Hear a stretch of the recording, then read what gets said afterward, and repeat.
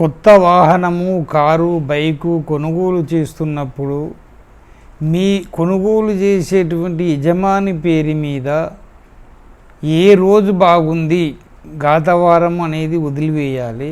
మిగతా వారాలల్లా చవితి, అష్టమి, నవమి, చతుర్దశి, అమావాస్య లేకుండా చూసి మంచి నక్షత్రముల యందు మీకు తారాబలం, చంద్రబలం ఉన్న రోజు, లగ్నబలం విశేషంగా ఉన్న టైంలో దానికి బయానా ఇవ్వాలి, చెక్కు ఇవ్వాలి, ఫోన్పే చేయాలి.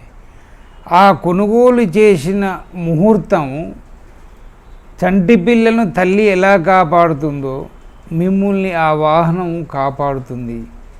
అంతేకాని మీరు చవితి, అష్టమి, నవమి, అమావాస్య నాడు, మంగళవారం, శనివారం నాడు మీరు కొనుగోలు చేశారనుకోండి, అగ్ని ప్రమాదాలు, యాక్సిడెంట్లు, ఆ బండి ఎక్కంగానే చికాకు, అశాంతికి గురైపోతారు, సమస్యల వల్ల ఏమవుతారు, ఈ పెద్ద పెద్ద దుర్ఘటనలు, యాక్సిడెంట్లు జరగడం జరుగుతుంది.